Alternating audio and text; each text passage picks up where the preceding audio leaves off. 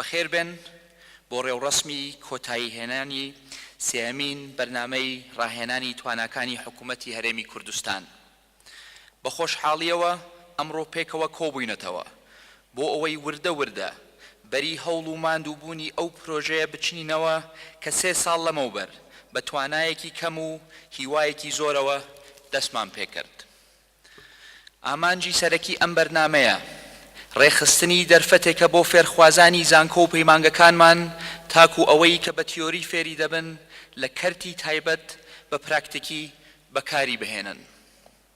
لام وایە هەوڵەکانمان لە گواستنەوەی ئەزموونی تیۆری خوێندکارانی زانکۆ و پەیمانگەکان بۆ بواری پراکتیک و بەستنەوەیان بە بازاڕی کار هاوکار دەبێت لە دۆزینەوەی هەلی کار بۆ ئەو فێرخوازانە و کاریگەری باشی دەبێت لەسەر گەشە سەندنی بازار.